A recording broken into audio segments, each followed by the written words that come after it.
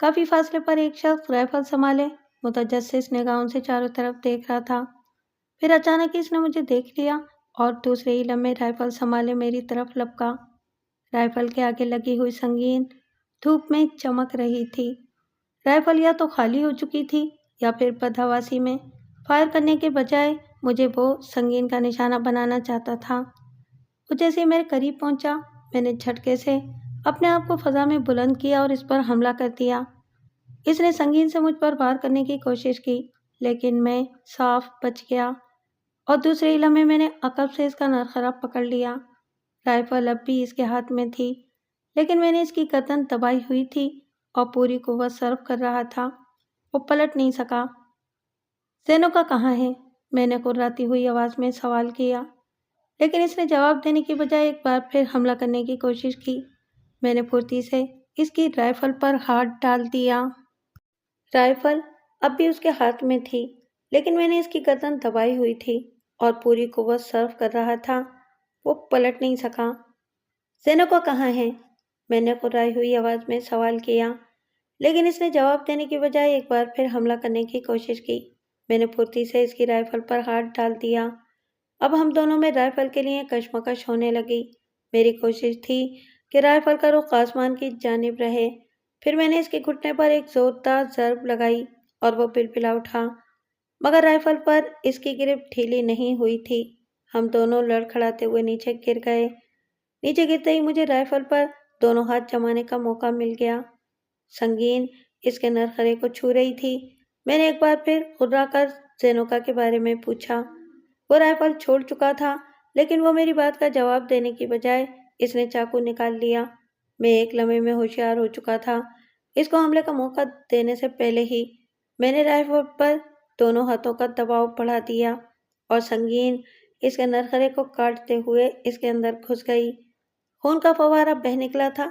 میں پھرتی سے اسے چھوڑ کر ہٹ گیا۔ خون بری طرح اس کی گردن سے اچھل کر باہر نکل رہا تھا اور وہ زمین پر تڑپ رہا تھا۔ چند ہی لمحوں میں اس کی آنکھیں بے نور ہو گئیں۔ چاقو اب بھی اس کی مٹھی میں دبا ہوا تھا۔ میں نے ٹھنڈی سانس لے کر گردن ہلائی اور اس کے ہاتھ سے چاقو نکال کر اپنے قبضے میں لے لیا۔ میں کیا کروں؟ بے گناہوں کا خون میرے ہاتھوں سے ہو رہا تھا اور وہ بھی غلط فہمی کی بنیاد پر۔ میں وہ بن چکا تھا جو قیامت تک بننا نہیں چاہتا تھا، لیکن کیا کرتا؟ تقدیر مجھے اچھا انسان بننے نہیں دے رہی تھی۔ میں انہی خیالوں میں ڈوبا ہوا تھا کہ عقب سے آہٹ سنائی دی اور میں نے دو انسانوں کو دیکھا جو میرے بالکل قریب پہنچ چکے تھے۔ مجھے اندازہ ہو گیا تھا کہ وہ مجھے زندہ کیوں چھوڑیں گے۔ ان کی نگاہیں اپنے ساتھی کی لاش کو بھی دیکھ رہی تھیں اور ان کے چہرے پر خون کی سرخی نظر آ رہی تھی۔ موت اب مجھے اپنے بالکل قریب نظر آ رہی تھی۔ بس یہی چاہ رہا تھا کہ آنکھیں بند کر کے زمین پر لیٹ جاؤں۔ اس کے سوا چارہ کار بھی کیا تھا؟ وہ دونوں مجھ سے تھوڑے فاصلے پر رک گئے۔ اچانک ہی میں نے آہستہ سے کہا، سنو، یہ لوگ آپ کی جنگ کا شکار ہوئے ہیں۔ میرا ان کی موت سے کوئی واسطہ نہیں ہے۔ میں زینوکا سے ملنا چاہتا ہوں۔ میرے پاس اس کے لیے اہم اطلاع ہے۔ جس مکان میں مجھے رکھا گیا تھا، اس سے مجھے نکالنے والے یہی لوگ ہیں۔ میرے ان الفاظ پر ان لوگوں کے چہروں پر الجھن کے آثار نظر آئے، لیکن مجھے لگا کہ ان کا غصہ کم ہو گیا ہے۔ تب ان میں سے ایک نے اپنی رائفل پر سنگین چڑھائی اور مجھ سے رخ بدلنے کے لیے کہا۔ میں فوراً ہی اس کے حکم کی تعمیل کے لیے تیار ہو گیا۔ رائفل کی سنگین میری پیٹھ میں چبھی تو میں آگے بڑھنے لگا۔ وہ لوگ مجھے آگے بڑھنے کا ہی اشارہ کر رہے تھے۔ میری رفتار زیادہ تیز نہیں تھی، کیونکہ جس راستے پر میں چل رہا تھا وہ خاصا مشکل تھا۔ پہاڑیوں پر سانپ کی طرح بل کھاتے ہوئے پگڈنڈی دور تک چلی جاتی تھی اور راستے میں جگہ جگہ پتھروں کی رکاوٹ تھی۔ کئی بار مجھے موقع ملا کہ چالاکی سے کام لے کر ان لوگوں کو اپنا شکار بناؤں، لیکن بے مقصد بات تھی۔ ان دونوں کو بھی ہلاک کر دیتا تو اس سے کیا فائدہ ہوتا؟ چنانچہ میں خاموشی سے چلتا رہا۔ پھر اونچی اور گھنی جھاڑیوں سے گزرنے کے بعد انہوں نے مجھے ایک جگہ رکنے کا اشارہ کیا۔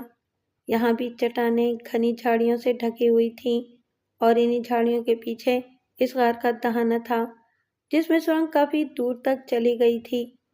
سرنگ کے اختتام پر مدھم روشنی تھی۔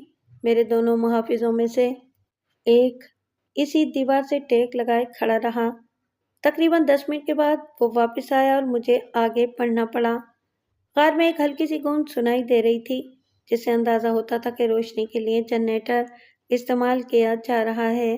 سرنگ کے اندر ایک بلب لٹکا ہوا تھا جس کی روشنی میں لکڑیوں کی پیٹیوں کے انبار نظر آ رہے تھے۔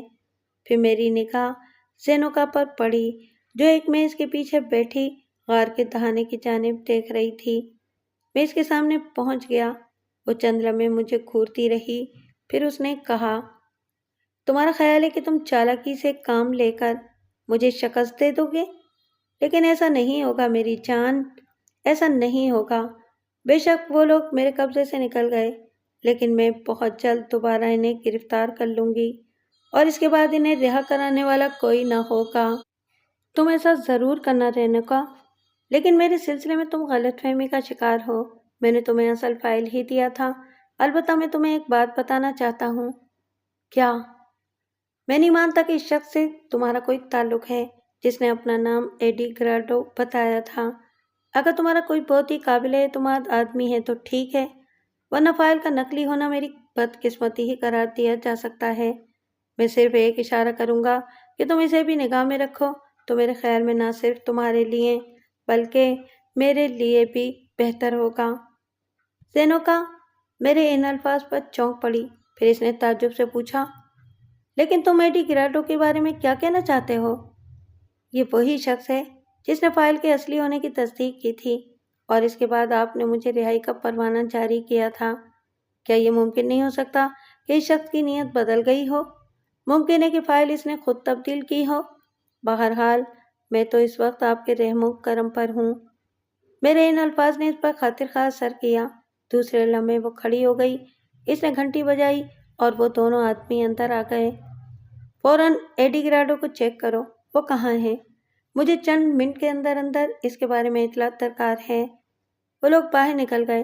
زینوکا بے چینی سے ٹہلنے لگی، لیکن اس وقت ایسا موقع نہیں تھا کہ میں اس کے خلاف کوئی کارروائی کر سکتا۔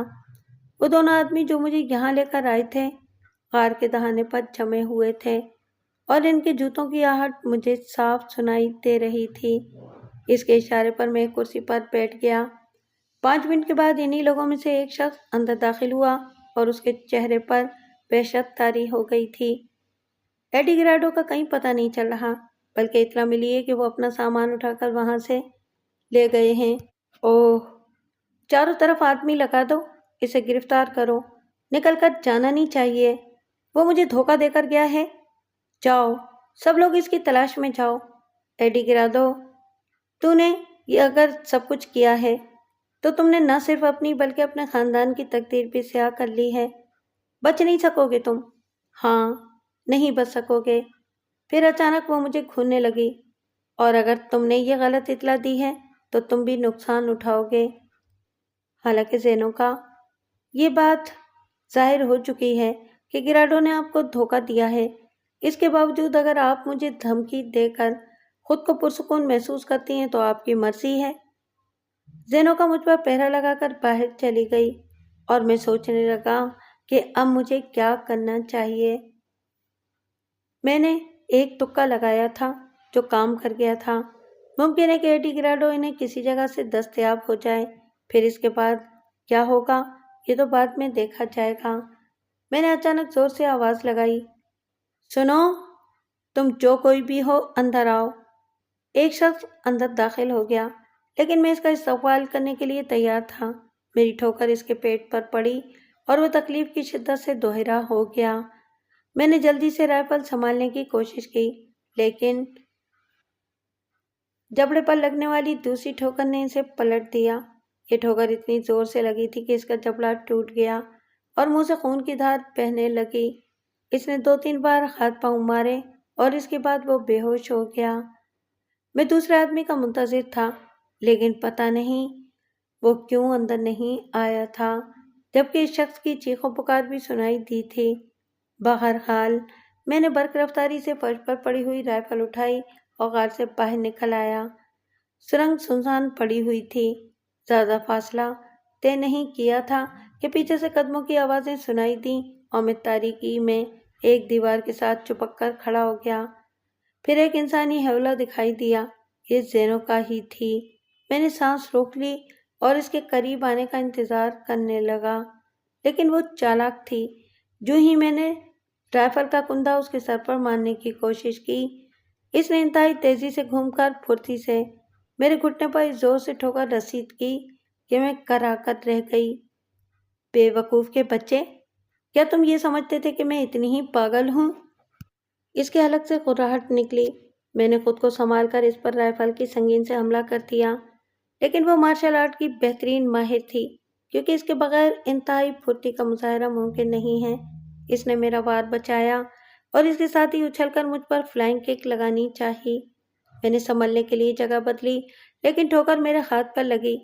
رائفل میرے ہاتھ سے نکل کر دور جا گری اور وہ وحشیانہ انداز میں چیختی ہوئی میری طرف بڑھی۔ اس نے میرے پیٹ پر ٹھوکر ماری۔ میں شدت کرب سے کرا اٹھا تھا، لیکن زینوکا نے وقت ضائع نہ کیا۔ اس نے کراٹے کا ایک اور ہاتھ میرے شانے پر جمایا اور مجھے یوں لگا جیسے شانے کی ہڈی ٹوٹ گئی ہو، لیکن تکلیف سے میں دیوانہ ہو گیا۔ میں نے کسی گینڈے کی طرح اس کے سینے پر ٹھوکر ماری اور وہ لڑکھڑاتی ہوئی دیوار کے ساتھ جا لگی۔ لیکن میں اعتراف کرتا ہوں کہ اس جیسی پھرتیلی اور بہادر عورت میں نے اس سے پہلے کبھی نہیں دیکھی تھی۔ وہ کمبخت بہترین جنگجو تھی۔ اس نے اپنے سینے کی تکلیف کو بھول کر ایک بار پھر مجھ پر حملہ کرنے کی کوشش کی، لیکن اس بار میں نے ایک تھپڑ اس کے منہ پر رسید کیا۔ سینے کی تکلیف کی وجہ سے وہ اپنا داؤ ٹھیک طور پر نہیں لگا سکی تھی۔ میرا تھپڑ بہادر ایک طاقتور مرد کا تھپڑ تھا۔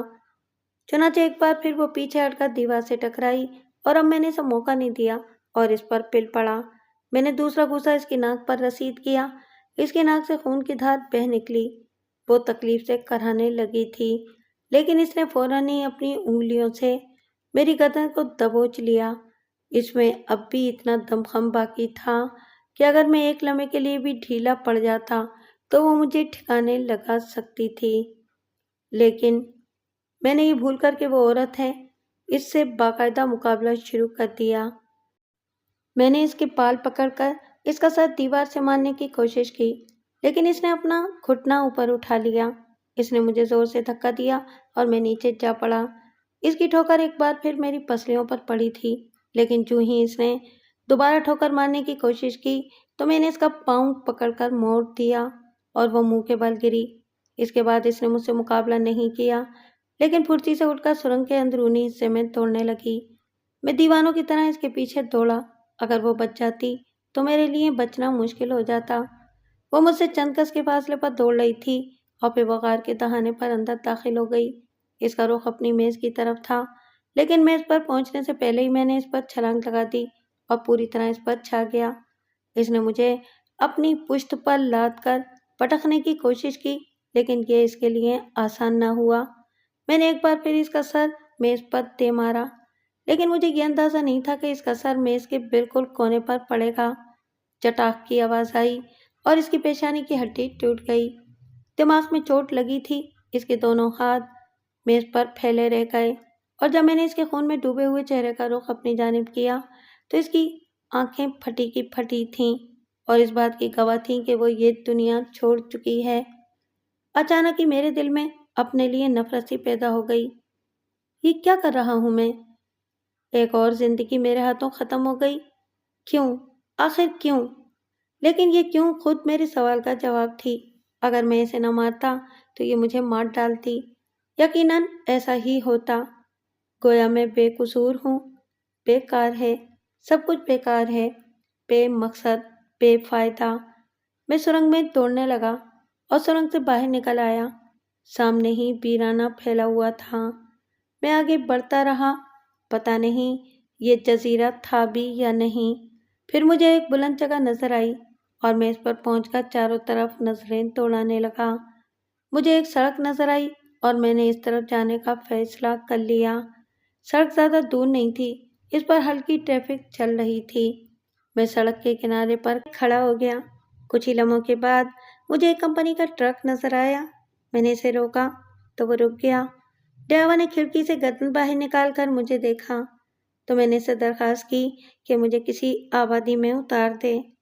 ٹرک نے زیادہ سفر نہیں طے کیا تھا کہ شہر کی روشنیاں نظر آنے لگیں، اور پھر ایک جگہ ٹرک روک کر میں ڈرائیور کا شکریہ ادا کر کے نیچے اتر گیا۔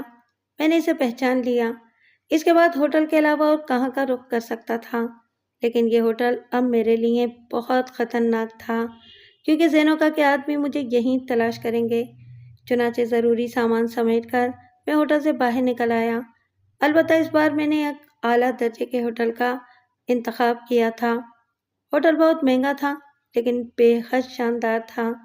میں 8ویں منزل کے ایک کمرے میں منتقل ہو گیا اور غسل وغیرہ سے فارغ ہو کر اپنی تقدیر پر لعنت بھیجنے کا عمل شروع کر دیا۔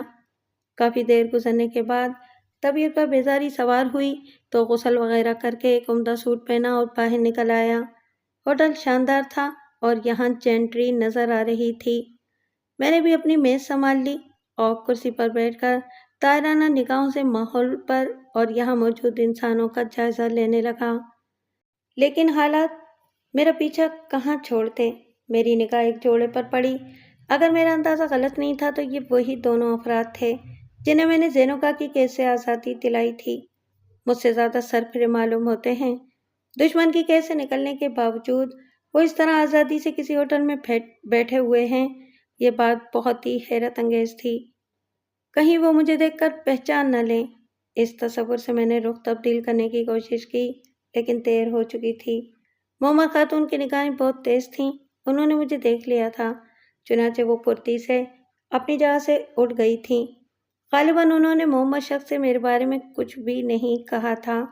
وہ تیر کی طرح میری میز کی طرف ہی آئی تھیں اور پھر میز کی سطح پر دونوں ہاتھ رکھ کر جھکیں اور کہنے لگیں، میرے بارے میں یہ مشہور ہے کہ اگر کسی کو ایک بار دیکھ لیتی ہوں تو زندگی بھر نہیں بھولتی۔ میں نے بوکھلائی ہوئی نگاہوں سے انہیں دیکھا اور پھر گھبرائے ہوئے لہجے میں بولا، لیکن اگر آپ مجھے بھول جائیں تو عنایت ہوگی۔ معمر عورت ہلکے سے ہنس پڑی تھی۔ پھر اس نے کہا، محسنوں کو کون بھول سکتا ہے؟ میرے پیارے بچے، تم پہلے بھی ہم سے بیزار نظر آئے تھے اور اب بھی اسی بیزاری کا مظاہرہ کر رہے ہو، لیکن یہ تمہارا فعل ہے۔ اٹھو، اگر تم میرے ساتھ میری میز پر نہ گئے تو ہم دونوں تمہاری میز پر آ بیٹھیں گے اور بلا وجہ تمہارے اخراجات بڑھ جائیں گے۔ میں بوکھلائے ہوئے انداز میں اٹھ کھڑا ہوا تھا۔ اخراجات تو ویسے ہی میرے حلق میں اٹکے ہوئے تھے۔ واقعی اگر یہ دونوں یہاں نازل ہو گئے تو اچھا خاصا بل بن جائے گا۔ پکڑا گیا تھا تو اب کیا کرتا؟ چنانچہ میں معمر خاتون کے ساتھ اس میز پر پہنچ گیا جہاں حضرت بھی بیٹھے ہوئے تھے اور معمر خاتون کے اس طرح چلے جانے پر حیران تھے۔ پھر انہوں نے بھی مجھے پہچان لیا اور پرتپاک لہجے میں بولے، او ہو، تم پراسرار انسان، تم خوب ہو مارگریٹ، تم نے انہیں خوب پکڑا۔ یہ اس وقت بھی اسی کیفیت کا مظاہرہ کر رہے تھے، لیکن ٹھیک بھی ہے، بھلا ایک اجنبی کسی پر اس سے زیادہ کیا احسانات کر سکتا ہے؟ اس کے باوجود ہم اپنے محسن کو نظر انداز تو نہیں کر سکتے۔ محمد شخص نے مجھ سے زبردستی مصافحہ کرتے ہوئے کہا اور پھر مجھے اپنی میز پر بیٹھنے کی پیشکش کر دی۔ در حقیقت میں جن حالات کا شکار ہوں، اگر کوئی مجھے ایک بار یقین دلائے کہ وہ مجھے اس مصیبت سے نکال لے گا تو شاید میں زندگی بھر اس کی خدمت کرنے کے لیے تیار ہو جاؤں۔ میں آج زندگی سے بیزار ہو کر یہاں بیٹھا تھا، یہ سوچ کر کہ اب جو کچھ بھی ہوگا دیکھا جائے گا، لیکن اب احساس ہوتا ہے کہ وینس میں تنہا میں ہی پاگل نہیں ہوں۔ آپ لوگ تو مجھ سے بھی زیادہ خطرناک حالات کا شکار ہیں، پھر بھی اس طرح کھلے عام اس ڈائننگ ہال میں بیٹھے ہوئے ہیں۔ ہمارا خطرہ تو تم نے دور کر دیا ہے ڈیئر، اب بھلا ہمیں کیا خطرہ ہو سکتا ہے؟ محمد شخص نے پوچھا۔ اس غلط فہمی کو ذہن سے نکال دیجئے محترم، آپ اب پہلے سے بھی زیادہ خطرے میں ہیں۔ کیوں؟ عورت نے حیرت سے میری صورت دیکھتے ہوئے کہا، تفصیل مختصر نہیں ہے، تاہم میں مختصر الفاظ میں آپ کو بتائے دیتا ہوں۔ نہیں، اتنے اختصار کی ضرورت بھی نہیں ہے، پہلے ہم لوگوں کے درمیان تعارف ہو جائے۔ تم نے اس وقت بھی مجھے کچھ نہیں بتایا تھا اور اس وقت بھی یوں محسوس ہوتا ہے جیسے تم یہاں سے بھاگ جانے کے چکر میں ہو۔ کیا نام ہے تمہارا دوست؟ آپ نے مجھے یوسف حارث کے نام سے پکارا تھا، میں نے مرد کی آنکھوں میں دیکھتے ہوئے کہا۔ بے شک پکارا تھا، لیکن اب یہ بات ثابت ہو گئی ہے کہ تم یوسف حارث نہیں ہو۔ کیوں؟ کیا میں نے غلط کہا؟ جی نہیں، اس وقت میں ہر ایک سے چیخ چیخ کر یہ کہتا پھر رہا تھا کہ بھائیو، میں یوسف عارض نہیں ہوں، لیکن کوئی نہیں مان رہا تھا۔ اور جب میں نے خود کو یوسف عارض سمجھنا شروع کر دیا ہے تو آپ کہتے ہیں کہ میں یوسف عارض نہیں ہوں۔ دونوں کے کہا لگا کر ہنس پڑے تھے۔ میں جلے کٹے انداز میں ان کی صورت دیکھتا رہا۔ پھر مرد نے کہا، پہر طور تم مجھے ڈینس پال کہہ سکتے ہو، اور یہ خاتون میری بیوی ہیں، مارگریٹ پال۔ آپ حضرات سے مل کر سمجھ میں نہیں آتا کہ خوشی ہونی چاہیے یا خوف زدہ ہونا چاہیے۔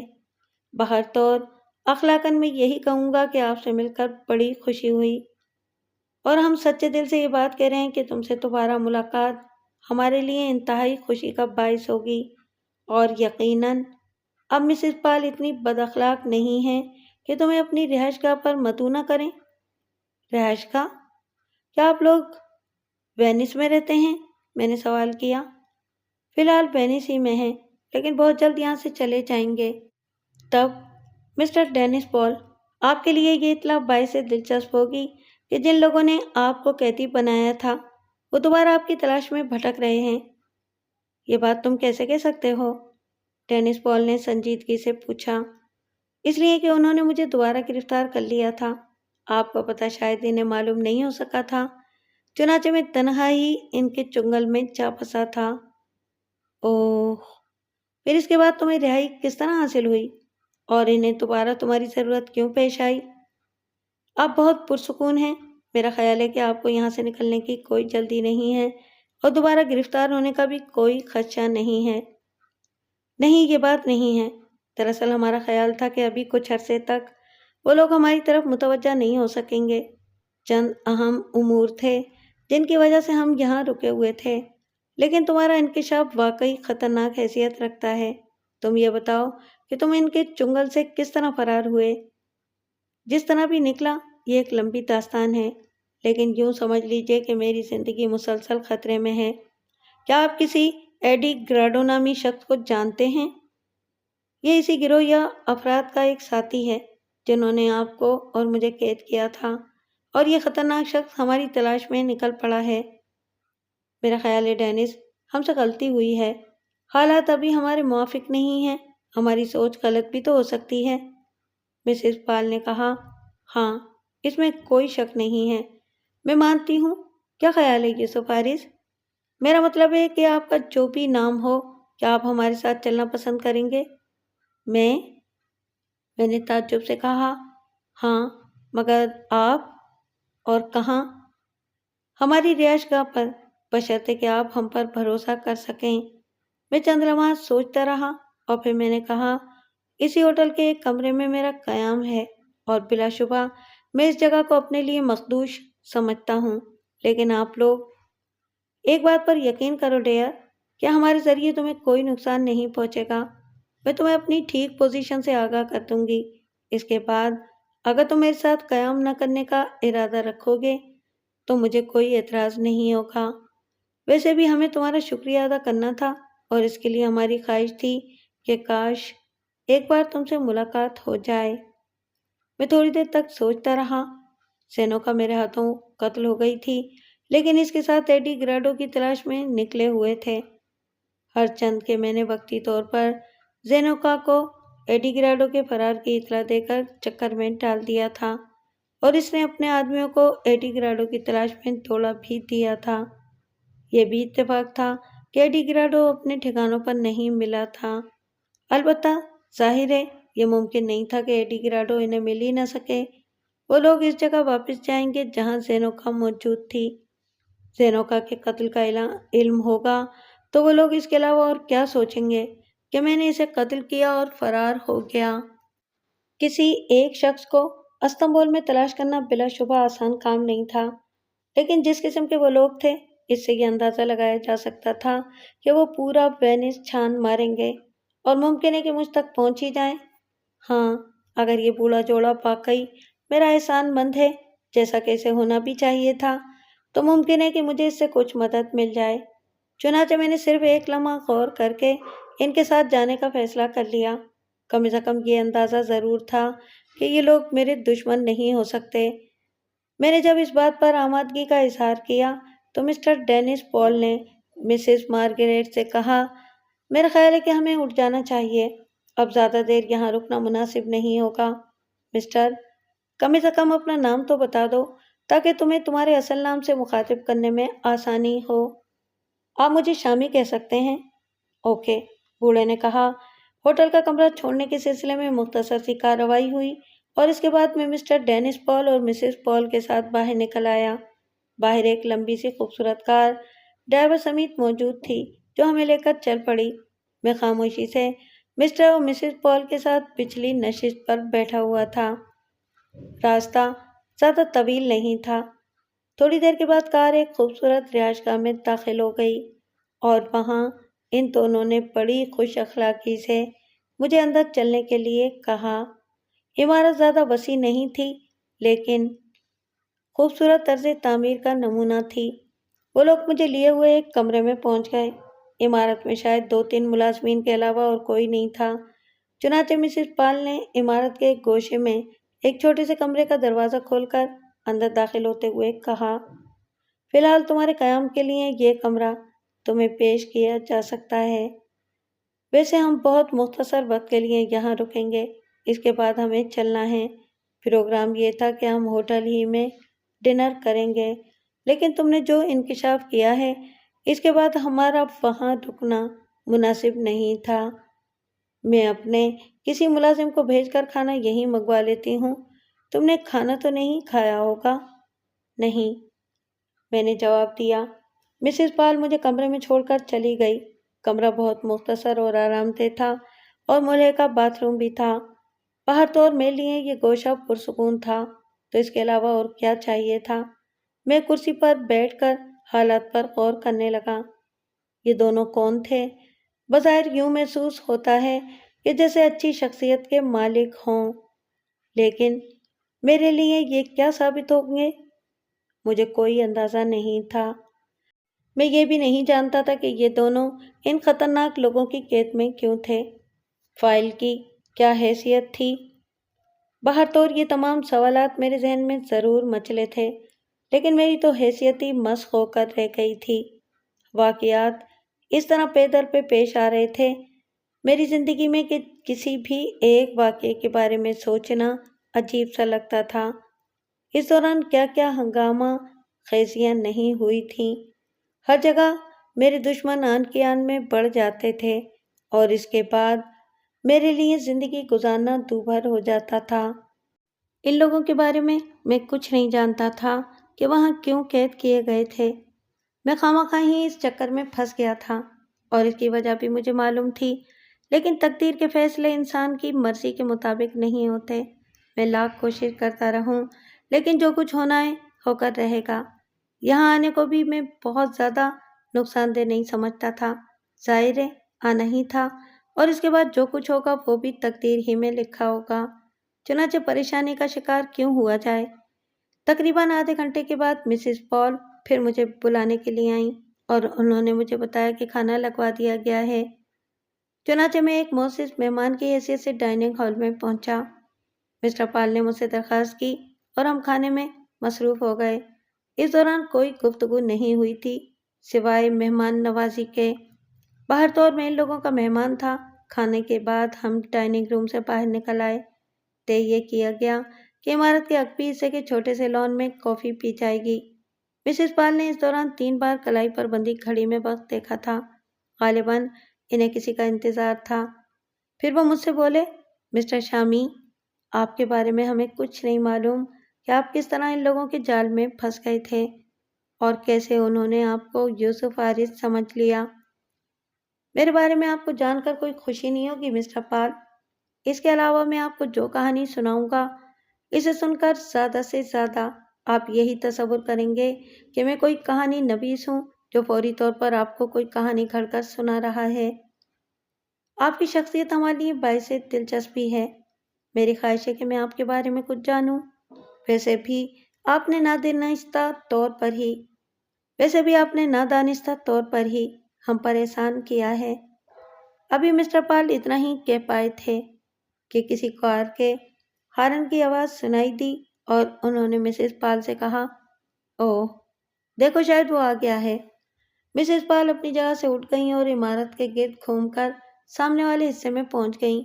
تھوڑی دیر کے بعد وہ جس شخص کے ساتھ واپس آئی تھیں وہ ایک دراز قامت آدمی تھا۔ پیشانی پر پٹی بندھی ہوئی تھی، ایک ہاتھ گلے میں لٹکا ہوا تھا جس پر پلاسٹر چڑھا ہوا تھا۔ اپنی چال اور انداز سے وہ خاصا پھرتیلا اور مستعد نظر آتا تھا۔ عمر بھی 30-32 سے زیادہ نہیں ہوگی۔ آنکھیں روشن تھیں، بالائی لب پر بھوری بھوری مونچھیں بکھری ہوئی تھیں۔ ایک نگاہ دیکھنے میں ہی وہ کافی پرکشش اور حسین آدمی نظر آتا تھا۔ مسز پال اسے لیے ہوئے ہمارے قریب پہنچ گئیں۔ اس نے گہری نگاہوں سے مجھے دیکھا اور اس کے سرخ سرخ ہونٹوں پر مسکراہٹ پھیل گئی۔ پھر اس نے اپنا بایاں ہاتھ آگے بڑھاتے ہوئے کہا، معاف کیجیے گا مسٹر شامی، بعض اوقات مجبوری کے عالم میں الٹا ہاتھ بھی ملا دیا جاتا ہے۔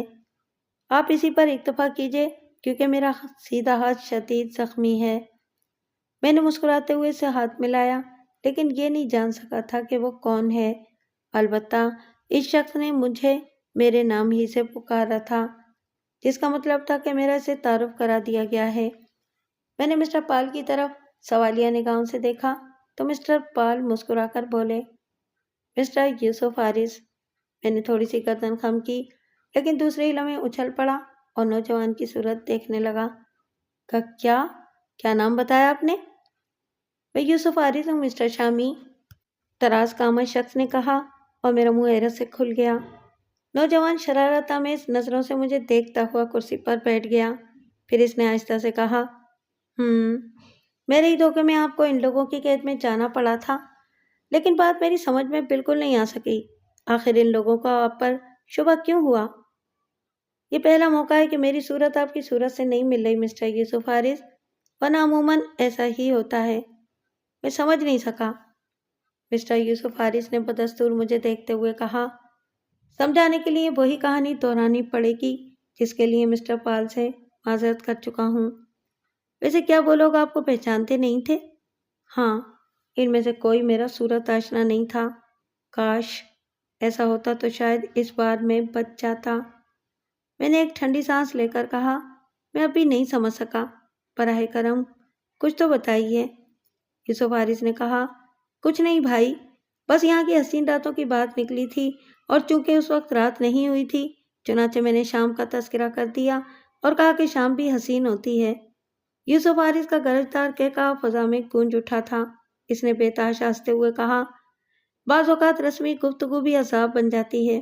دراصل پہچاننے کے لیے یہی کوڈ طے ہوا تھا، اس خطے کی حسین رات اور جواب میں حسین شام کا تذکرہ، لیکن در حقیقت یہ ہمارے درمیان شناخت کا ایک کوڈ تھا۔ لعنت ہے ان راتوں اور شاموں پر، یہ شناخت تو میرے لیے عذاب بن گئی۔ کون تھا وہ جس نے تم سے ملاقات کی تھی؟ مس زینوکا، ایک حسین و جمیل خاتون جو افسوس میرے ہاتھوں ماری گئی، اور وہ بھی انتہائی بدترین طریقے سے۔ اس کے علاوہ چارہ کار ہی نہیں تھا، اگر میں ایسا نہ کرتا تو میں خود ان کا شکار ہو جاتا۔ اس بار ان کا رویہ بے حد سخت تھا اور وہ مجھے معاف کرنے کے لیے تیار نہیں تھے۔ لیکن مسٹر پال یا مسٹر یوسف حارث؟ ہاں درست، میں چاہتا تھا کہ شامی کی موجودگی ہی میں تمہیں پوری تفصیل بتا دوں۔ ویسے یوسف حارث بھی تمہارا شکریہ ادا کرنا چاہتا ہے کیونکہ تم نے اس کے لیے بے پناہ آسانیاں پیدا کر دی ہیں، اتنی آسانیاں جن کا وہ تصور بھی نہیں کر سکتا تھا۔ ڈیئر یوسف حارث، میرا خیال ہے کہ مسٹر شامل کو تفصیل بتا دینی چاہیے۔ اس کے لیے آپ ہی موضوع ہیں مسٹر پال، یوسف حارث نے جواب دیا اور اپنی کافی کی پیالی سے چھوٹے چھوٹے گھونٹ لیتا ہوا مسٹر پال کی صورت دیکھتا رہا۔ تب مسٹر پال نے کہا، ہم لوگ سوئٹزرلینڈ سے تعلق رکھتے ہیں، میں سوئس بینکنگ کونسل کا چیئرمین ڈینس پال ہوں۔ تم یقیناً یہ بات جانتے ہوگے مسٹر شامی کہ سوئٹزرلینڈ کے بینکوں میں دنیا بھر کے سرمایہ دار اپنی اپنی دولت رکھتے ہیں، ان میں بے شمار ممالک کے افراد ہیں، اور سوئس طریقہ کار کے مطابق ان کے تمام اثاثوں کو خفیہ رکھا جاتا ہے اور اس کے لیے مناسب انتظامات کیے گئے ہیں۔ دنیا کے بے شمار بڑے بڑے افراد کے اکاؤنٹ ہمارے یہاں کے بینکوں میں ہیں، ان کی دیکھ بھال کے لیے ایک باقاعدہ نظام رائج ہے۔ یہ آرگنائزیشن، جس کے بارے میں کوئی خاص تفصیل مجھے معلوم نہیں، پچھلے 6 ماہ سے کوشش کر رہی تھی کہ سوئس بینک کے بڑے بڑے افراد کو اپنے دام میں پھانس کر کچھ لوگوں کے اثاثوں کی تفصیلات معلوم کی جائیں۔ یہ لوگ دنیا کے بڑے بڑے لوگ ہیں، مختلف ملکوں سے ان کا تعلق ہے اور ان کے اثاثے دوسروں کی مانند خفیہ حیثیت رکھتے ہیں۔ ہمیں اس بات کا حق نہیں ہے کہ ہم کسی بھی قیمت پر ان اثاثوں کی تفصیل کسی غیر متعلقہ شخص کو بتائیں۔ میرے پاس مسلسل رپورٹیں پہنچ رہی تھیں اور بینکوں کے افسران اس بات کا اظہار کر رہے تھے کہ کچھ پراسرار لوگ مختلف طریقوں سے انہیں پریشان کر رہے ہیں۔ در حقیقت یہ ایک خطرناک بات تھی۔ ان اثاثوں کی تفصیلات معلوم کر کے ان لوگوں کو بلیک میل بھی کیا جا سکتا تھا اور اس کے نتیجے میں بہت سی الجھنیں بھی پیدا ہو سکتی تھیں۔ چنانچہ اس کے لیے خصوصی انتظامات کیے گئے، جن کی وجہ سے ان لوگوں کو کچھ نقصانات بھی پہنچے اور اس کے بعد انہوں نے مجھے اور میری بیوی کو اغوا کر لیا۔ اس کے لیے انہوں نے ایک شاندار منصوبہ بندی کی تھی۔ اغوا کرنے کے بعد وہ کمبخت ہم دونوں کو نہ جانے کہاں کہاں لیے پھرے، خوب گھما پھرا کر یہاں لے آئے۔ مجھے اپنے اس قید خانے کے بارے میں کچھ معلوم نہیں تھا، ڈیئر شامی، جہاں تم نے مجھے پہلی بار دیکھا تھا۔ بہرحال ہم لوگوں کو یہاں قید کر دیا گیا اور پھر میرے ذریعے سوئس بینکنگ کونسل کے دوسرے ارکان سے رابطہ قائم کر کے انہیں دھمکی دی گئی کہ اگر انہوں نے ان کی مطلوبہ معلومات فراہم نہ کی تو ہم دونوں کو قتل کر دیا جائے گا۔ بینکنگ کونسل کے خصوصی اجلاس میں فیصلہ کیا گیا کہ بالآخر ان لوگوں کے نام اور ان کے اثاثوں کی تفصیلات ان جرائم پیشہ افراد کو فراہم کر دی جائیں اور اس کے ساتھ ہی ساتھ ان تمام لوگوں کو اطلاعات بھی دے دی جائیں اور انہیں ہوشیار کر دیا جائے کہ وہ اس سلسلے میں محتاط رہیں۔ یہ فیصلہ بینکنگ کونسل کے ان ارکان نے کیا تھا جو بیچارے میرا احترام کرتے تھے اور میری رہائی کے خواہاں تھے۔ مجھ سے رابطہ قائم کیا گیا۔ میں نے ان کی تحویل میں ہونے کے باوجود اس بات کی شدت سے مخالفت کی کہ سوئس قوانین کی خلاف ورزی نہ کی جائے، لیکن انہیں میری زندگی عزیز تھی۔ بحالت مجبوری وہ یہ سب کچھ کرنے کے لیے تیار ہو گئے تھے جو کہ قانوناً بھی اور اصولاً بھی کسی طور مناسب نہیں تھا۔ ویسے اپنے طور پر ان لوگوں نے بھی کچھ انتظامات کیے تھے جن کی مختصر تفصیل یہ تھی کہ یہ معلومات انہیں فراہم کرنے کے بعد جب مجھے آزاد کرا لیا جائے تو ان لوگوں کو بھی نہ چھوڑا جائے، اور اس سلسلے میں جب متعلقہ افراد کو یہ پتہ چلا کہ میں انہیں یہاں اس جگہ سے حاصل ہو سکتا ہوں تو انہوں نے مقامی طور پر انتہائی خفیہ انتظامات کیے تاکہ ان لوگوں پر قابو پا کر ان سے وہ فائل واپس لے لی جائے جو ان کی ضرورت کے مطابق تیار کی گئی تھی۔ لیکن اتفاقیہ طور پر مسٹر یوسف حارث کو، جنہیں اس سلسلے میں مقرر کیا گیا تھا، ایک حادثہ پیش آ گیا اور وہ اس حادثے کا شکار ہو کر ایک بالکل ہی گمنام جگہ جا پڑے اور وہاں تک یہ پہنچ نہیں سکے۔ یہ تھی صورتحال، اور اس کے بعد ڈیئر شامی، تم ان لوگوں کے ہاتھوں حسین رات اور حسین شام کا شکار ہو گئے اور انہوں نے تمہیں یوسف حارث سمجھ لیا۔ لیکن میرے دوست، کچھ سوالات ایسے بھی ہیں جو تم سے کرنے ہیں۔ تم نے یقیناً ان سے کہا ہوگا کہ تم یوسف حارث نہیں ہو، اس کے بعد ایک دم تم یوسف حارث کیسے بن گئے، اور تم نے وہ فائل انہیں دے کر ہماری آزادی کیسے حاصل کی؟ فائل کے بارے میں تمہیں تفصیلات کس طرح فراہم ہوئی اور ان لوگوں کی قید میں رہ کر تم نے اس کی تیاری کیسے کی؟ بس یوں سمجھ لیجئے کہ یہ سب کچھ میں نے اپنی جان بچانے کے لیے کیا تھا، کیونکہ ناگہانی طور پر پھنس گیا تھا۔ پہلے تو میں نے ان سے یہی کہا تھا کہ میں یوسف حارث نہیں ہوں اور کسی فائل وغیرہ سے میرا کوئی تعلق نہیں ہے، لیکن انہوں نے یہ بات تسلیم نہیں کی اور مجھے اپنی قید میں رکھ کر مسلسل تشدد کا نشانہ بنایا۔ جان بچانے کے لیے میں نے بہتر یہی سمجھا کہ ان سے تھوڑی بہت معلومات حاصل کرنے کے بعد کوئی کارروائی کی جائے۔ بس اتفاقی طور پر ہی مجھے کچھ ایسے کاغذات دستیاب ہو گئے تھے جنہیں میں نے ان کے بیانات کی روشنی میں ترتیب دے لیا اور وقتی طور پر انہیں دھوکہ دینے میں کامیاب ہو گیا۔ بہرطور یہ کام معمولی ذہانت کا نہیں ہے۔ اس سے اندازہ ہوتا ہے کہ ڈیئر شامی، تم کس قدر ذہین انسان ہو، ورنہ اتنے چالاک لوگوں کو عارضی طور پر ہی صحیح اس طرح دھوکہ دے دینا آسان کام نہیں تھا۔ یہ دوسری بات ہے کہ بعد میں انہیں حقیقت کا علم ہو گیا باہر تو تم نے نادانستہ ہی جس طرح ہماری مدد کی ہے، ہم اسے نظر انداز نہیں کر سکتے، اور شکر گزاری کے طور پر وہ سب کچھ کرنے کے لیے تیار ہیں جس کے تم خواہش مند ہو۔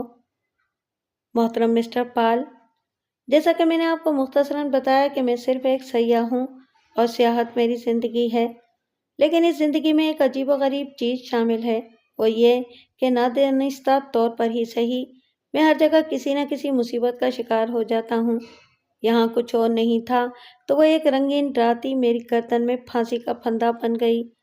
اب میں سمجھتا ہوں کہ وہ لوگ آسانی سے میرا پیچھا نہیں چھوڑیں گے۔ اس کے لیے تمہیں قطعی فکر مند ہونے کی ضرورت نہیں، بلکہ بہتر تو یہ ہوگا کہ تم اب یہ جگہ چھوڑ دو۔ چھوڑ دوں؟ میں نے سوالیہ انداز میں مسٹر پال کو دیکھا۔ ہم سوئٹزرلینڈ میں تمہیں خوش آمدید کہہ کر دلی مسرت محسوس کریں گے۔ تم نے مجھے اور میری بیوی کو جس عذاب سے نکالا ہے وہ معمولی بات نہیں ہے۔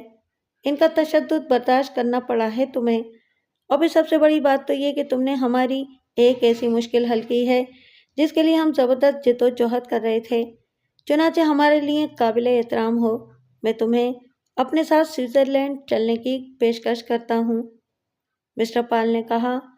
اسی وقت یوسف حارث مسکراتا ہوا بولا، ہاں، اگر میں ایک اتفاقی حادثے کا شکار نہ ہو جاتا تو کہہ نہیں سکتا کہ بذات خود مجھے کتنی الجھنوں سے گزرنا پڑتا۔ ان لوگوں سے میں اتنے سکون کے ساتھ نبرد آزما ہو سکتا تھا یا نہیں، چنانچہ میں خود بھی اپنی طرف سے تمہیں سوئٹزرلینڈ کی سیاحت کی پیشکش کرتا ہوں، اور مجھے یقین ہے کہ تم انکار نہیں کرو گے۔ میں دل ہی دل میں ہنس پڑا۔ یہ حضرت انکار کی بات کر رہے تھے؟ میں تو فوراً ہی یہاں سے نکل جانا چاہتا تھا، اور یہ محسوس کر رہا تھا کہ یہاں اب موت میرے لیے آسان تر ہو گئی ہے، اور ایڈی گراڈو زینوکا کی موت کے بعد یقیناً میرا تعاقب کرے گا اور مجھے زندہ نہیں چھوڑے گا۔ سوئٹزرلینڈ کی بینکنگ کونسل کا یہ سربراہ یقیناً ایسے ذرائع رکھتا ہوگا جن سے وہ بآسانی یہاں سے نکل سکے گا، چنانچہ کیوں نہ اس شخص کی اس حیثیت سے فائدہ اٹھایا جائے۔ سوئٹزرلینڈ پہنچ کر کوشش کروں گا کہ میری زندگی کسی حادثے سے بلکہ نئے حادثے سے دوچار نہ ہو سکے۔ ان تینوں کا رویہ میرے ساتھ بے حد محبت آمیز تھا، اور وہ مسلسل میری خاطر مدارات کر رہے تھے۔ یوسف حارث البتہ ان لوگوں کے ساتھ نہیں رہتا تھا، اس کا قیام کہیں اور تھا، اور وہ اپنے طور پر یہاں سے روانگی کا انتظام کر رہا تھا۔ کام تو بس اتنا ہی تھا کہ ان دونوں کو ان خطرناک لوگوں کے چنگل سے رہائی دلائی جائے۔ تیسری رات یوسف حارث ڈنر میں شریک تھا۔ اس نے کہا، مسٹر پال، ہم زیادہ سے زیادہ کل یہاں سے روانہ ہو جائیں گے۔ بظاہر کوئی خاص اندازہ نہیں ہو سکا، لیکن میں دعوے کے ساتھ کہہ سکتا ہوں کہ انہوں نے ہر طرح کے ذرائع آمد و رفت پر کڑی نگرانی کر رکھی ہے، اور ہم کسی بہتر طریقے سے یہ جگہ نہیں چھوڑ سکتے۔ میں نے فیصلہ کیا ہے کہ ہم عام لوگوں کی مانند سوئٹزرلینڈ تک کا سفر کریں گے۔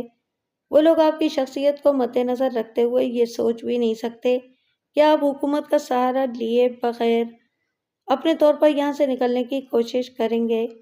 یقیناً وہ ہر اس ذریعے پر نگاہ رکھے ہوئے ہوں گے جن سے آپ سفر کر سکتے ہیں، اور ان کا دائرہ کار ایسی ہی جگہوں تک محدود ہوگا۔ مسٹر پال نے اس بات سے اتفاق کیا، چنانچہ یوسف حارث سے اس منصوبے کے بارے میں مزید کچھ گفتگو ہوئی، اور بالآخر طے پا گیا کہ یہ سفر بذریعہ ٹرین ہی کیا جائے گا۔ میں اپنا مختصر سا سامان ساتھ لے آیا تھا۔ یوسف حارث نے مجھ سے میرا پاسپورٹ اور کاغذات وغیرہ طلب کر لیے، اور میں نے یہ چیزیں اس کے حوالے کر دیں۔ کم از کم اس طرف سے سکون تھا۔ دوسرے دن یوسف حارث نے تیاریاں مکمل کر لیں اور ہمیں اطلاع دے دی کہ فلاں وقت ہمیں اسٹیشن جانا ہے۔ چنانچہ میں مسٹر اور مسز پال سمیت احتیاط کے ساتھ اسٹیشن پہنچ گیا۔ کوئی الجھن پیش نہیں آئی۔ ایک بار کی ٹرین ہمیں لے کر سوئٹزرلینڈ کی طرف چل پڑی۔ ٹرین بے حد تیز رفتار تھی لیکن پرسکون تھی۔ میں مسٹر پال سے سوئٹزرلینڈ کے بارے میں گفتگو کر رہا تھا۔ اس دوران انہوں نے اپنی قید کے دوران کے واقعات سنائے تھے۔ ٹرین میں وہ مجھ سے مختلف موضوعات پر دونوں میاں بیوی گفتگو کرتے رہے۔ مسز پال نے اپنی بھتیجی نیلسن کے بارے میں بتایا۔ انہوں نے کہا کہ نیلس ایک ایڈونچر پسند اور بے باک لڑکی ہے۔ چونکہ وہ خود صاحب اولاد نہیں ہے، اس لیے ایک فضائی حادثے میں نیلز کے والدین کے انتقال ہو جانے کے بعد، اس وقت جب وہ صرف 11 سال کی تھی، انہوں نے اس کو اپنے ساتھ رکھ لیا تھا اور اس وقت سے وہ ان کے ساتھ ہی ہے۔ نیلز کے بارے میں مسز پال نے جس انداز میں گفتگو کی تھی، اس سے پتہ چلتا تھا کہ وہ نیلز کو بہت زیادہ چاہتی ہیں۔ انہوں نے محبت بھرے انداز میں کہا تھا، قید کے دوران مجھے جس چیز کی سب سے زیادہ پریشانی لاحق تھی وہ نیلز تھی۔ ہماری گمشدگی سے اس نے نہ جانے کیا اثر لیا ہوگا، پتہ نہیں اسے ہماری آزادی کے بارے میں اطلاع ملی یا نہیں ملی۔ اس سلسلے میں یوسف حارث سے سوال کیا جا سکتا تھا، لیکن یوسف حارث احتیاطاً ہم سے الگ رہا تھا تاکہ دور رہ کر ہماری نگرانی کی جا سکے۔ سفر جاری رہا اور اس کے بعد ٹرین دھند میں لپٹے ہوئے ایک خوبصورت شہر کے پلیٹ فارم پر کھڑی ہو گئی۔ مسز پال نے بتایا کہ یہ ایبرگ ہے، سوئٹزرلینڈ کا پہلا قصبہ۔ اس کے بعد ہمیں برلن کی جانب سفر کرنا تھا، برلن جو سوئٹزرلینڈ کا دارالخلافہ کہلاتا تھا۔ برلن کے اسٹیشن پر ٹرین رکی تو چاروں طرف رش لگا ہوا تھا، لیکن اس رش میں تھوڑا سا ٹھہراؤ تھا، تھوڑا سا وقار تھا۔ وہ ہنگامہ خیزیاں نہیں تھیں جو اپنے وطن میں پائی جاتی تھیں۔ ہم اسٹیشن سے باہر نکلے، ٹیکسیاں بڑی تعداد میں موجود تھیں اور ان میں ایسی کاریں تھیں جو دیکھنے سے تعلق رکھتی تھیں۔ یوسف حارث نے اپنی احتیاطی تدابیر ترک کر دی تھیں کیونکہ سفر بہت ہی پرسکون گزرا تھا اور یہ احساس نہیں ہوا تھا کہ کوئی ہمیں نگاہوں میں رکھنے میں کامیاب ہوا ہے۔ چند لمحوں کے بعد یوسف حارث ہمارا سامان ایک ٹیکسی کی ڈگی میں رکھوا رہا تھا اور پھر ٹیکسی ہمیں لے کر چل پڑی۔ رات ہو چکی تھی، اس لیے نظاروں کا اندازہ مشکل تھا اور پھر جلدی بھی نہیں تھی۔ میں حالات پر غور کر رہا تھا۔ ممکن ہے کہ جنت نظیر سوئٹزرلینڈ میں آنے کے بعد میری تقدیر کے ستارے گردش سے نکل آئیں اور یہاں سکون کے کچھ لمحات گزارنے کا موقع مل جائے۔ خواہش تو تھی دل میں، لیکن کسی بھی خواہش کی تکمیل میرے لیے ممکن نہیں تھی کیونکہ میری ذات سے چند بلائیں چمٹی ہوئی تھیں جیسے ابرانوس۔ یہ تصور میرا ایمان تھا کہ میرا یہ منحوس چہرہ مجھے کہیں بھی سکون نہیں لینے دے گا۔ ہاں، اگر ان خدوخال سے نجات مل جائے تو یقیناً میری تقدیر کا سورج چمک جائے گا۔ بہرحال تھوڑے سے سفر کے بعد ٹیکسی ایک پرفضا مقام پر ایک خوبصورت عمارت کے سامنے رک گئی۔ دروازہ بند تھا۔ یوسف حارث نے نیچے اتر کر کال بیل دبائی اور چند لمحات کے بعد ایک دراز قد آدمی نے دروازہ کھول دیا۔ ٹیکسی بجری کی روش سے گزرتی ہوئی ایک خوبصورت عمارت کے صدر دروازے کے سامنے رک گئی اور مسٹر ڈینس پال اپنی بیگم کے ساتھ نیچے اتر آئے۔ میں بھی نیچے اتر گیا تھا۔ مارگریٹ ڈینس نے فوراً ہی دراز قامت آدمی سے نیلز کے بارے میں پوچھا تو اس نے جواب دیا کہ نیلز اپنی خوابگاہ میں موجود ہے۔ مارگریٹ نے مسکراتے ہوئے مسٹر ڈینس پال کی طرف دیکھا اور بولی، ہم دونوں خاموشی سے اس کی خوابگاہ تک چلیں گے۔ یوسف حارث کہنے لگا، اگر آپ لوگ اجازت دیں تو میں اسی ٹیکسی سے واپس چلا جاؤں؟ اوہ ڈیئر یوسف، اگر تم مناسب سمجھتے ہو تو ٹھیک ہے۔ یوسف اسی ٹیکسی سے واپس چلا گیا۔ مسٹر ڈینس پال مجھے لیتے ہوئے اندر داخل ہو گئی تھیں۔ ہمارا مختصر سامان اس دراز قامت شخص نے اٹھا لیا تھا اور پھر ہم اندر داخل ہو گئے۔ دو راہداریوں سے گزرنے کے بعد مسٹر ڈینس پال نے دراز قامت شخص سے کہا، معزز مہمان کو نچلی منزل کے کمرے میں لے جاؤ، ہم لوگ ابھی پہنچتے ہیں۔ پلیز مسٹر شامی۔ ٹھیک ہے، میں نے جواب دیا۔ مجھے ایک کمرے میں پہنچا دیا گیا تھا جو خاصا کشادہ اور آراستہ تھا۔ زندگی کے وہ تمام لوازمات یہاں بھی موجود تھے جن کی ضرورت ہوتی ہے۔ تقریباً آدھے گھنٹے کے بعد مسٹر ڈینس پال مسز ڈینس ایک بھرے بھرے بدن کی بے حد خوبصورت لڑکی کے ساتھ اندر داخل ہوئے۔ لڑکی کے ہونٹوں پر مسکراہٹ تھی۔ اس کی آنکھوں کی بناوٹ عام آنکھوں سے کافی مختلف تھی۔ دونوں طرف سے اوپر کو اٹھی ہوئی یہ آنکھیں خوبصورت بھی تھیں اور پراسرار بھی۔ ان میں بلیوں جیسی چمک تھی۔ اس نے مسکراتے ہوئے مجھ سے ہاتھ ملایا اور بالکل مردانہ انداز میں میرے ہاتھ کو کئی جھٹکے دیتے ہوئے بولی، مختصر الفاظ میں مجھے یہ بات معلوم ہو چکی ہے مسٹر شامی کہ آپ نے کس طرح میرے انکل اور میری آنٹی کی مدد کی ہے۔ یو آر گریٹ مسٹر شامی۔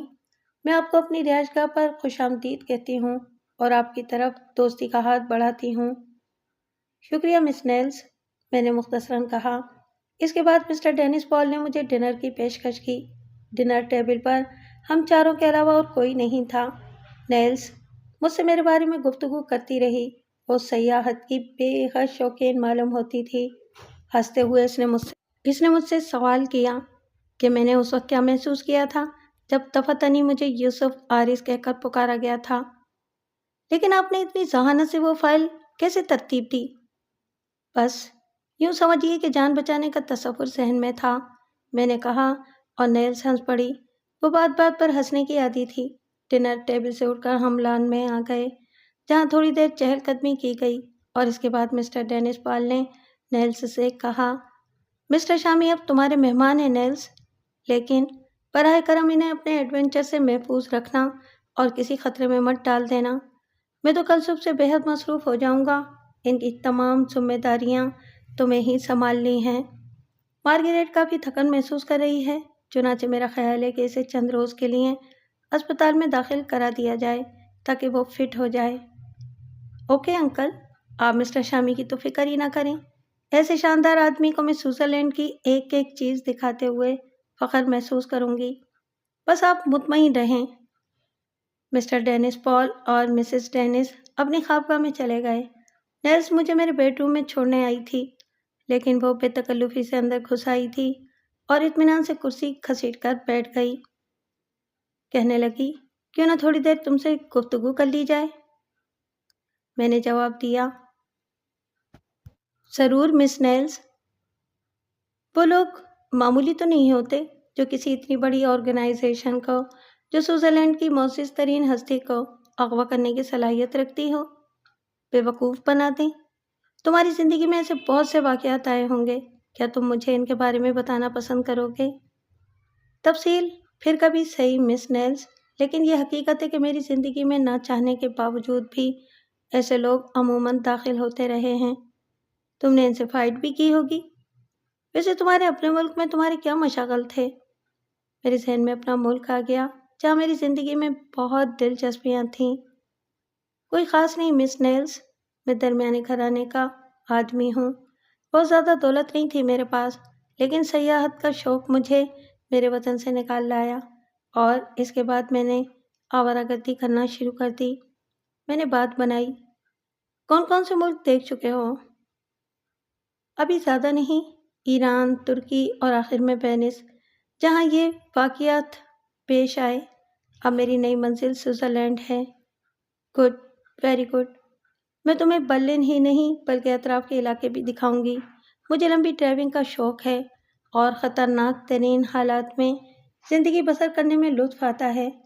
انکل ڈینس اگر میری بھرپور نگرانی نہ کریں اور مجھ پر پابندیاں نہ عائد کرتے رہیں تو در حقیقت میں کسی جرائم پیشہ گروہ میں شامل ہو جاؤں۔ کیا لائف ہوتی ہے، ہنگامے، دھائیں دھوں اور بس مزے ہی مزے۔ میں گہری نگاہوں سے اس جنگ و جدل کی رسیا کو دیکھتا رہا اور ایک گہری سانس لے کر رہ گیا۔ ویسے اس کی پسند کی باتیں کرتا رہا، حالانکہ وہ مجھے پسند نہیں تھیں، لیکن باہر طور سوئٹزرلینڈ میں یہ لوگ میرا سہارا تھے اور نیلز کی حیثیت میں پہچان چکا تھا، چنانچہ یہ الفاظ میں اسے کہہ نہ سکا۔ نیلز بہت دیر تک مجھ سے گفتگو کرتی رہی، پھر اس نے کلائی پر بندھی ہوئی گھڑی میں وقت دیکھا اور اٹھتی ہوئی بولی، اب تم سو جاؤ، صبح ہم برلن کی سیر کو جائیں گے۔ اس کے بعد میں نے دروازہ بند کیا، اپنے پاس موجود کرنسی کا جائزہ لیا جسے اب بھی تبدیل نہیں کرایا جا سکا تھا، لیکن باہر طور اسے تبدیل کرا لینا ضروری تھا۔ دوسری صبح ناشتے کی میز پر صرف نیل سے ملاقات ہوئی۔ اس نے بتایا کہ انکل ڈینس اسے آخری اطلاع دینے کے بعد آنٹی کو لے کر چلے گئے ہیں اور اب ان کی واپسی کا کوئی تعین نہیں کیا جا سکتا۔ پھر اس نے کہا، بہتر ہے کہ ہم لوگ تھوڑی دیر کے بعد ہی یہاں سے نکل چلیں، باہر جا کر سوچیں گے کہ ہمیں کیا کرنا چاہیے۔ تمہیں اور تو کوئی کام نہیں ہے؟ نہیں نیلز، بس تھوڑی سی کرنسی تبدیل کرانی ہے اور کچھ نہیں۔ اس کی ضرورت جب پیش آئے گی تو اسے تبدیل کرا لیا جائے گا، نیلز نے جواب دیا اور میرے لباس کی طرف دیکھتے ہوئے بولی، تم تیار ہو جاؤ۔ میں نے شانے ہلا دیے اور پھر جب میں لباس تبدیل کر کے باہر نکلا تو وہ ناقدانہ نگاہوں سے مجھے دیکھتے ہوئے بولی، ونڈرفل، ویری اسمارٹ۔ دن نکلا ہوا تھا لیکن کوہر چھائی ہوئی تھی اور دن کی روشنی پر شام کی دھندلکے کا گمان ہوتا تھا۔ میں اطراف کے مناظر دیکھنے لگا اور اس طرح سارا دن گھوم پھر کے رات کو ڈنر کر کے ہم واپس گھر آئے۔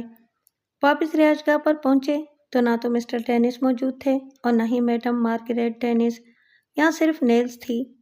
وہ میری خوابگاہ میں آ گئی اور چند لمحات مجھ سے باتیں کرتی رہی اور پھر بولی، ابھی سونے کو دل نہیں چاہتا؟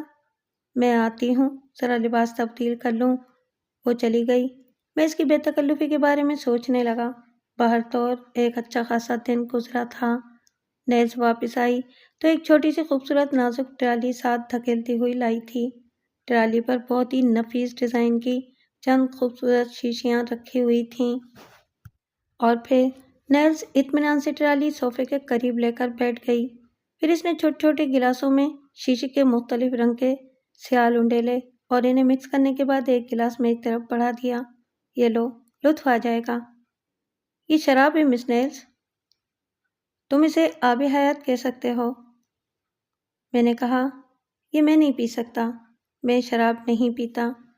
نیلس نے تعجب سے پوچھا، کیوں؟ میں نے کہا، بس ایسے ہی۔